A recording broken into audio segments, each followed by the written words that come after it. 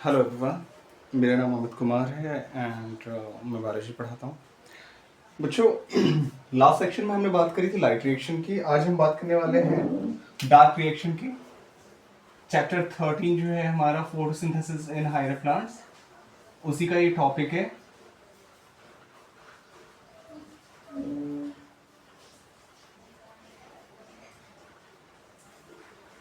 ठीक है, तो आज का टॉपिक है हमारा डार्क रिएक्शन। लास्ट टाइम हमने पढ़ा था light reaction. What is dark reaction? अगर डार्क रिएक्शन को अगर शॉर्ट में समझाया जाए तो डार्क रिएक्शन का मतलब ये नहीं है कि वो अंधेरे में हो रहा है ना। डार्क रिएक्शन का सिंपली ऐसा समझ लो जैसे कि आपने पढ़ा होगा कि हम जो हैं सनलाइट के ऊपर डायरेक्टली डिपेंडेंट नहीं है, इनडायरेक्टली डिपेंडेंट हैं।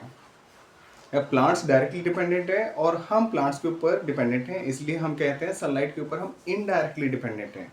इन द सेम वे जो हमारा जो ये रिएक्शन हो रहा है डार्क रिएक्शन, ये सनलाइट के ऊपर डायरेक्टली डिपेंडेंट नहीं है, इनडायरेक्टली है। ये किन के ऊपर डिपेंडेंट है? ये है लाइट रिएक्शंस के ऊपर डिपेंडेंट। लाइट रिएक्शन का जो प्रोडक्ट था, अगर याद हो, लाइट रिएक्शन का प्रोडक्ट क्या क्या था? एटीपी प्लस NADPH, ये था लाइट रिएक्शन का प्रोडक्ट। और आज हम पढ़ रहे हैं डार्क रिएक्शन। तो डार्क रिएक्शन क्या करता है? इनका इस्तेमाल करता है। डार्क रिएक्शन को एक और नाम से हम बोलते हैं, इसको हम बोलते हैं बायोसिंथेटिक फेज। बायोसिंथेटिक फेज, ठीक है, क्योंकि इसके अंदर लाइफ, लिविंग कुछ फॉर्म हो रहा है। Syn means together and synthetic, formation of some biomolecules से लिविंग मॉलिक्यूल्स की फॉर्मेशन होती है। और इसमें क्या होता है, जैसे कि आपको पता है, ग्लूकोज की फॉर्मेशन होती है और ग्लूकोज अल्टीमेटली स्टार्च बनाता है, राइट। तो इसकी फॉर्मेशन है, इसलिए इसको हम बोलते हैं डार्क रिएक्शन। इतना क्लियर है? जैसे हम प्लांट्स के ऊपर डायरेक्टली डिपेंडेंट हैं और प्लांट्स सनलाइट के ऊपर हैं। अगर सनलाइट मान लो खत्म हो जाता है, ठीक है, तो प्लांट्स खत्म हो जाएंगे और हम भी खत्म होंगे। इन द सेम वे इस बात को ध्यान रखना कि जैसे डार्क रिएक्शन लाइट के ऊपर डिपेंडेंट है, लाइट रिएक्शन के ऊपर, अगर लाइट रिएक्शन बंद हुआ तो उसके बाद थोड़ी देर बाद आप पाओगे डार्क रिएक्शन भी बंद हो जाएगा। समझ हमारी बात? डेट मीन्स डिपेंडेंट है लाइट के ऊपर, ऐसा नहीं कि बिल्कुल ही नहीं है। नाउ डार्क रिएक्शन की अगर हम बात करें बच्चों, तो हमारे जो साइंटिस्ट है मेल्विन कैल्विन इनका पूरा नाम है। कैल्विन जो साइंटिस्ट है, इनका योगदान बहुत रहा है। हुआ ये था, लाइट रिएक्शन आपका 1900 आई गेस, जहां तक ठीक से याद है मुझे, 37 के करीबन ये खोज हुई थी, 37 से 38 के करीबन। और फिर उसके 10 साल बाद 1947 में जाकर के आपका डार्क रिएक्शन जो है इसके बारे में पता चला था। वर्ल्ड वॉर 2 जब चल रहा था 1945 के दौरान, जब जापान के ऊपर, आपने याद हो थोड़ा बहुत SST में सुना होगा, अमेरिका ने बॉम्ब गिराया था, है ना। 2 बॉम्ब गिराए थे, एक नागासाकी पे और एक हिरोशिमा पे। और एक का नाम फैट मैन था और दूसरे का लिटिल बॉय था। Little Boy I guess Nagasaki पे गिराया था, एक बार ठीक से देखना, मेरी SST उतनी ठीक नहीं है। और जिसमें कि करीबन करीबन एक 1.5 लाख लोगों की डेथ हुई है, दोनों को मिला करके अगर देखा जाए, ठीक है। तो उस टाइम पे ये इसका बैड इफेक्ट था। और ये भी आप समझ सकते हो कि उसकी वजह से मार्केटिंग बहुत हो गई थी। जो ये आपका डार्क रिएक्शन का जो सॉरी, ये जो क्या बोलते हैं,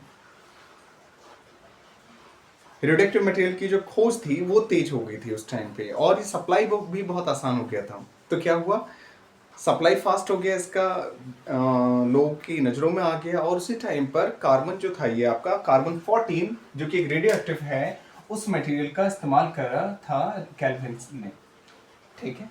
और इन्होंने क्या करा, इन्होंने खोजना स्टार्ट किया। तो इन्होंने पाया कि कार्बन डाइऑक्साइड के साथ मिल करके कोई एक ऐसा मॉलिक्यूल है जो कि फर्स्ट स्टेबल प्रोडक्ट दे रहा है। और वो फर्स्ट स्टेबल कितना है? 3 कार्बन वाला है, जो कि क्या है? 3 फॉस्फोग्लिसरिक एसिड। यहाँ पे 3 कार्बन वाला लिख दो, इट इज द, नहीं, 3 फॉस्फोग्लिसरिक एसिड ही लिख दिया जाए पूरा नाम, 3 फॉस्फोग्लिसरिक एसिड। ये 3 कार्बन वाला मॉलिक्यूल है, राइट। 1 कार्बन यहां पर है, और यहां पर अज्यूम कर रहे हैं कि लगभग 2 कार्बन वाला कोई मॉलिक्यूल होगा जो यहाँ पे मौजूद होगा, तभी मिलकर के 3 कार्बन वाला मॉलिक्यूल बन रहा है, राइट। और इन्होंने पाया कि फर्स्ट स्टेबल प्रोडक्ट ये रहा इसका, this is the first stable product, first stable product ये रहा हमारा, ठीक है। तो इन्होंने खोजने की कोशिश करी क्या और भी कोई प्लांट है ऐसा, ऐसे भी प्लांट्स के ग्रुप है क्या, सभी प्लांट्स में फर्स्ट स्टेबल प्रोडक्ट यही 3-फॉस्फोग्लिसरिक एसिड बनता है which is a 3 carbon molecule, या फिर और भी हैं। तो इनको पता चला कि और भी एक ग्रुप है, कैटेगरी है प्लांट्स का, जिनमें क्या होता है वो कार्बन डाइऑक्साइड के साथ मिल करके जो फर्स्ट स्टेबल प्रोडक्ट बना रहे हैं वो 3 कार्बन वाला ना होकर के 4 कार्बन वाला है, जिसको हम बोलते हैं ऑक्सैलो एसिटिक एसिड। ठीक है, और ये कितना 4 कार्बन वाला मॉलिक्यूल है, and this is the first stable product in these kind of plants. तो प्लांट्स की 2 कैटेगरी बन गई, एक ऐसी कैटेगरी जो 3 कार्बन वाला प्रोडक्ट बना रहे हैं 3-फॉस्फोग्लिसरिक एसिड, और एक दूसरी कैटेगरी बनी जो कि 4 कार्बन वाला प्रोडक्ट बना रहे हैं। जो 3 कार्बन वाला बना रहा है इनको आपने नाम दे दिया C3 प्लांट से, C3 पाथवे फॉलो करने वाले प्लांट्स। ठीक है, और जो 4 कार्बन वाला बना रहा है इनको आपने नाम दे दिया C4 साइकिल फॉलो करने वाले प्लांट्स से C4 प्लांट्स। तो 2 हैं, एक है C3 प्लांट्स और एक है C4 प्लांट्स। यहां तक स्टोरी समझ में आती है। इट ऑल डिपेंड्स ऑन कि फर्स्ट स्टेबल प्रोडक्ट क्या बना रहा है, C3 वाला, 3 कार्बन वाला, C4 वाला, 4 कार्बन वाला, इतना ही है। देन इसके बाद इन्होंने आगे खोजना स्टार्ट किया कि आखिरकार जो ये हमारा कार्बन, ये जो मॉलिक्यूल जिसके साथ कार्बन डाइऑक्साइड बाइंड होकर के 3 कार्बन वाला बना रहा है, आखिरकार ये है कौन सा। तो अज्यूम हम ये कर रहे हैं कि भाई ये 2 कार्बन वाला मॉलिक्यूल होगा और ये वाला जो है ये 3 कार्बन वाला होगा, ऑब्वियसली यही होगा, हमारा अजम्पशन यही होगा। पर बहुत साल लग गए, 2 कार्बन वाला मॉलिक्यूल मिला ही नहीं बहुत सालों तक। तो बाद में पता चला ये 2 कार्बन वाला मॉलिक्यूल है ही नहीं, ये कितने कार्बन वाला है, actually it is a 5 carbon molecule, not a 2 carbon molecule, it is a 5 carbon molecule. तो 5 और 1 कितने हो गए 6। तो आपको कि यहां पर तो 3 कार्बन लिखा है, एक्चुअली में बीच में ये जो 3 कार्बन वाला मॉलिक्यूल है आप पाओगे ये टूट जाता है क्योंकि ये अनस्टेबल होता है। ठीक है, this 6 carbon molecule gets broken down and ये टूटता है और ये क्या बनाता है फिर आपका 3 कार्बन वाले 2 मॉलिक्यूल बनाते हैं, that means 2 into 3-फॉस्फोग्लिसरिक acid, that is the thing. और ये जो 5 कार्बन वाला मॉलिक्यूल है ये है क्या एक्चुअली में, दिस इज RuBp। ये क्या है RuBp। RuBp की फुल फॉर्म क्या है बच्चों, ये यहीं पे लिख देता हूं फिर हम बाकी बात में करेंगे। RuBp की फुल फॉर्म क्या है, राइबुलोज 1,5-bis फॉस्फेट। अगर ध्यान से देखो राइबुलोज 1,5-bis फॉस्फेट, इसका मतलब क्या है, ये एक 5 कार्बन वाला मॉलिक्यूल है जिसमें 5 कार्बन है, 1 2 3 4 5, ये रहे 5 कार्बन और इसके 1 और 5 पोजीशन पे क्या लगा हुआ देखो, 1 and 5 दोनों पोजीशन पे क्या है, फॉस्फेट ग्रुप अटैच्ड है। ठीक है, ये क्या है 1,5-bis फॉस्फेट, तो 1 और 5 पोजीशन पे इसमें अटैच्ड है। जब एक कार्बन डाइऑक्साइड और आ जाता है इसमें तो ये क्या बन जाता है 6 कार्बन वाला, पर ये क्या है अनस्टेबल हो जाता है, 6 कार्बन वाला होते ही अनस्टेबल, एज अ रिजल्ट ये टूट जाता है 2 में और ये क्या बना देता है 2 मॉलिक्यूल्स ऑफ 3-फॉस्फोग्लिसरिक एसिड। डर है यहां तक, ठीक है। नाउ फिर कहोगे ये वाला ये कौन सा है, ये अलग है क्या, C4 पाथवे जो हम बोल रहे हैं, C4 साइकिल जो प्लांट्स फॉलो करते हैं, इनका क्या, ये जो 3 कार्बन वाला मॉलिक्यूल है ये है आपका पेप। इसमें आप कहते हो फर्स्ट कार्बन डाइऑक्साइड को एक्सेप्ट करने वाला मॉलिक्यूल कौन सा है, primary acceptor of carbon dioxide in C3 क्या है हमारा RuBp है, जबकि C4 में हमारा primary acceptor of carbon dioxide क्या है, पेप। पेप की फुल फॉर्म क्या है बच्चों, पेप की फुल फॉर्म क्या है, PEP stands for phosphoenol pyruvate, PEP, ठीक है, enol and PEP, this stands for PEP. ठीक है, फॉस्फोइनॉल पाइरुवेट, ये कितने कार्बन वाला है, ये एक्चुअली में 3 कार्बन वाला है, तो ये एज सच है, इसमें कोई चेंजेस नहीं, और ये 1 कार्बन मिलकर के 4 कार्बन बनाता है, 4 कार्बन वाला, या फिर इसको आप शॉर्ट में ये भी बोलते हो, कई जगह पे आप पाओगे ये C3 एसिड बनाता है, इट फॉर्म्स C3 एसिड, और इसी के लिए एक टर्म और आता है बच्चों, इसको हम बोल देते हैं शॉर्ट में C4 एसिड। तो कंफ्यूज मत होना कि आखिरकार C3 और C4 एसिड क्या होता है, nothing, not a big deal. ठीक है, यहां तक स्टोरी समझ में आती है। डार्क रिएक्शन को डार्क इसलिए कहा जाता है इसलिए नहीं कहा जाता क्योंकि ये डार्कनेस में होता है, इसलिए कहा जाता है क्योंकि लाइट के ऊपर ये डायरेक्टली डिपेंडेंट नहीं है, बट डिपेंडेंट है। ठीक है, you should be sure about that कि ये डिपेंडेंट जरूर है। नाउ C3 प्लांट्स में हमारा first primary carbon dioxide acceptor क्या है, RuBp, जो कि 5 कार्बन वाला मॉलिक्यूल है। It is a 5 carbon molecule, और ये कार्बन डाइऑक्साइड के साथ मिलकर के बना देता है 6 कार्बन वाला। Because it is unstable, it breaks into 2 molecules of 3 phosphoglyceric acid, जो कि C3 एसिड है। Done. And then C4 pathway follow करने वाले प्लांट्स है हमारे पास, जो कि 3 कार्बन वाला मॉलिक्यूल पेप के साथ मिलकर के फिर ये भी क्या बना देगा, 4 कार्बन वाला मॉलिक्यूल हमारा, जो कि C4 acid, oxalo acetic acid, first stable product है। RuBp का full form ribulose 1,5 bisphosphate. Done. And PEP की full form phosphoenol pyruvate, PEP. यहां तक समझ में आता है? ओके, ये हो गया हमारा फर्स्ट पार्ट डन। इसके अलावा फिर हम पढ़ेंगे सेकंड पार्ट। अगर आप सेकंड पार्ट की बात करोगे, उसमें थोड़ा सा इसको मैं मिटा दूं 1 मिनट, फिर मैं बताता हूं। ठीक है, जस्ट वेट।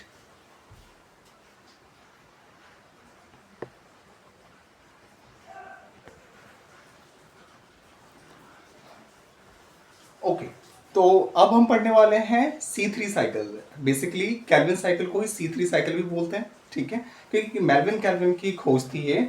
इन्होंने जो रेडियो एक्टिव मटेरियल है, जिसको सोचो कि अमेरिका ने गलत इस्तेमाल किया जिसका, उसी का अच्छा इस्तेमाल किसने किया, मेल्विन कैल्विन जो साइंटिस्ट है इसने। तो या तो आप C3 साइकिल बोलो, या फिर इसी को कैल्विन साइकिल भी कहते हैं। ठीक है, C3 साइकिल और Calvin cycle same thing, not a different thing. Now जो कैल्विन साइकिल है, ये 3 स्टेप्स में मेनली होता है, और ये कमाल है, इसको कनेक्ट भी करूंगा मैं। ठीक है, नेक्स्ट चैप्टर जो है हमारा, उससे इसको कनेक्ट भी किया जाएगा, ऐसा ना सोचिए। यहीं पर 3 स्टेप्स कौन कौन से बच्चों? फर्स्ट स्टेप जो है इसका, वो है आपका carboxylation. The first step is carboxylation. ठीक है, here carboxylation. Second step is reduction. Second step reduction. And third step is regeneration. ये 3 steps में कंप्लीट हो जाता है, इजी है। बस कुछ चीजें थोड़ी सी ध्यान रखनी है हमें। First step carboxylation, second reduction, third regeneration. 3 step में कैल्विन साइकिल या C3 साइकिल हमारा कंप्लीट होता है। डन है। इसमें हो क्या रहा है, देखो RuBp अभी अभी आपको बताया, primary carbon acceptor, primary carbon dioxide acceptor ये वाला है हमारा। इसमें क्या हो रहा है, बाहर से यहां पर कार्बन डाइऑक्साइड और वाटर एंटर कर रहा है, राइट। यहां से ये एंटर कर रहा है साइकिल के अंदर। ठीक है, और कार्बोक्सिलेशन, क्योंकि कार्बन डाइऑक्साइड का एडिशन है इसलिए कार्बोक्सिलेशन। अगर कार्बन डाइऑक्साइड का रिमूवल होगा तो क्या बोलेंगे हम, डी कार्बोक्सिलेशन। ठीक है, कार्बन डाइऑक्साइड का रिमूवल होगा तो क्या बोलेंगे इसको, डी कार्बोक्सिलेशन। अगर कार्बन डाइऑक्साइड ऐड हो रहा है तो कार्बोक्सिलेशन। डन है। अब देखो, आप अपनी बुक में पाओगे, ये एरो का ध्यान रखना बच्चों, ये कई जगह पे आप पाओगे, इस तरह से है ये कार्बन, जब भी आपको एरो इस तरह से नजर आए कि एक सिंगल बार में नहीं, बीच बीच में टुकड़ों में है, इसका मतलब बीच वाले स्टेप्स को यहाँ पे दिखाया नहीं गया है। हायर क्लासेस में जब आप जाओगे तब ये स्टेप्स आपको दिखाए जाएंगे। कार्बोक्सिलेशन याद है, ये क्या है हमारा 5 कार्बन वाला मॉलिक्यूल, ये क्या है 1 कार्बन, 5 और 1 कितने हो गए 6। तो ऑब्वियसली यहाँ पे पहला 6 कार्बन वाला अनस्टेबल प्रोडक्ट बनेगा, ये 6 कार्बन वाला अनस्टेबल प्रोडक्ट बनेगा। Later on it will break down into 2 molecules of 3 carbon molecule, जो कि क्या है यहाँ पर हमारा 3 फॉस्फोग्लिसरिक एसिड। याद है, अभी अभी देखा था 3 फॉस्फोग्लिसरिक एसिड, जो कि 3 कार्बन वाला मॉलिक्यूल है, राइट। तो ये जो आपका बन रहा है प्रोडक्ट, ये रहा आ गया। डन है। नाउ इसके बाद क्या होता है, रिडक्शन। ये जो है आपके एनसीईआरटी में, इस चीज को थोड़ा मेंशन कर लेना एनसीईआरटी में, अभी मार्क कर लेना उसमें। देखो बच्चों, यहां पे सिर्फ NADH और ATP लिखा हुआ है, आपको यहां पे 2 लगाना है अपनी तरफ से, ये ध्यान रखना।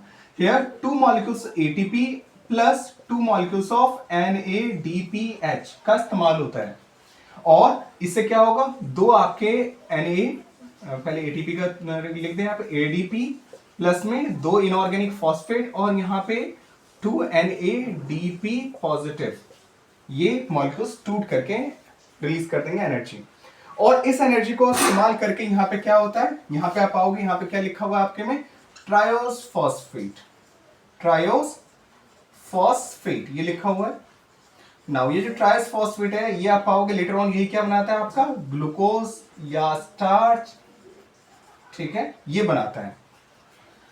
और ये ट्रायोस फॉस्फेट बनने के बाद यहां पर आप देखते हो रीजनरेशन हो रहा है with the help of 1 ATP, एक एटीपी का इस्तेमाल करके, जो कि एडीपी प्लस इनऑर्गेनिक फॉस्फेट देगा, रीजनरेशन हो रहा है, यानी कि वापस से आपका आरयूबीपी बन जा रहा है। तो इसका मतलब एक कंप्लीट साइकिल करने में टोटल 3 एटीपी, 2 यहां पर और एक यहां पर, 3 एटीपी और 2 एनएडीपीएच का इस्तेमाल हो रहा है। ये जो स्टेप है ना, ट्रायोस फॉस्फेट से ग्लूकोज बन रहा है, ये चैप्टर 14 जब आप पढ़ोगे उसमें आप पाओगे कि किस तरह से ग्लूकोज को तोड़ते हैं हम, और तोड़ते वक्त हमारा जो 5th स्टेप है वो आता है ट्रायोस फॉस्फेट। मतलब समझ लो ग्लूकोज, फिर वो टूटेगा धीरे धीरे, जैसे यहाँ पे बन रहा है। क्लोरोप्लास्ट क्या करता है, फोटोसिंथेसिस की फॉर्मेशन, माइटोकॉन्ड्रिया क्या करता है, उसको तोड़ता है। अब जैसे ये स्टेप बाय स्टेप इसकी फॉर्मेशन में लगा हुआ है, इसी तरह से वो स्टेप बाय स्टेप उसको ब्रेक करता है, ठीक है। तो आप वहां पे पाओगे जैसे ट्रायोस फॉस्फेट से ग्लूकोज जो बन रहा है बच्चों, अगर आप चैप्टर 14 जब मैं पढ़ा रहा हूँ और जब ग्लूकोज का ब्रेकडाउन पढ़ाऊंगा उस टाइम पे आपको दिखाऊंगा कि ट्रायोस फॉस्फेट किस तरह से आप पाओगे ग्लूकोज बनाता है, इसी के रिवर्स डायरेक्शन में चल रहा होता है। वहां पे जो पढ़ोगे वो इस तरह से नीचे की तरफ, और अगर उसी एरो को अगर उल्टी डायरेक्शन में कर दोगे तो आप पाओगे ग्लूकोज की फॉर्मेशन हो रही है, ठीक है। तो अगर देखा जाए एक बार ही जब ये साइकिल चलता है तो एक कार्बन डाइऑक्साइड फिक्स होता है आपका, फिर दूसरी बार में 2 कार्बन डाइऑक्साइड, इस तरह से जब ये साइकिल 6 बार चलता है तब जाकर के आपका सिंगल मॉलिक्यूल ग्लूकोज का फॉर्म होता है, ठीक है। 6 बार चलने पर एक सिंगल ग्लूकोज का मॉलिक्यूल फिक्स होता है। ये बात जरा ध्यान से देखो, इसका मतलब है एक बार में कितने एटीपी इस्तेमाल होते हैं, इन और आउट आपकी एनसीईआरटी में भी लिखा हुआ है, बहुत ही अच्छे से लिखा हुआ है, मार्क कर लेना, अच्छे से इंपॉर्टेंट है। कितने एटीपी, 3 एटीपी एक बार में एंट्री करते हैं, और इधर कितने एटीपी आएंगे, 3 एडीपी, और कितने 2 NADH, NADPH है। देखो प्लांट्स में NADPH लिखते हैं, और जब माइटोकॉन्ड्रिया आता है तो उसमें NADH लिखते हैं। पी वर्ड जो है प्लास्टो, जो है ये प्लास्टो आपने सुना है ना, प्लास्टेट्स वगैरह, उससे रिलेटेड है, ये ध्यान रखना। पी फॉर प्लांट्स होता है, तो वो याद रखना। तो ये साइकिल कितनी बार चल रहा है, 6 बार, ये 6 बार साइकिल, तो ये टोटल कितने हो गए, 6 3 जा 18 है ना। 18 बार साइकिल चलेगा तो कितने हो जाएंगे आपके 18 एटीपी, और ये कितना हो जाएगा 12 NADPH, ठीक है। ये हो गया टोटल, ये समझ में आता है। ये था आपका C3 साइकिल और केल्विन साइकिल। एक आता है आपका C4 साइकिल। C4 साइकिल पता है, चलो C4 साइकिल नेक्स्ट क्लास में पढ़ाऊं, या फिर इसी के ठीक नेक्स्ट, अगर केल्विन साइकिल अगर समझ में आ गया हो तो इसके बाद C4 साइकिल में उसका शॉर्ट वीडियो बना देता हूं, राइट, ठीक है।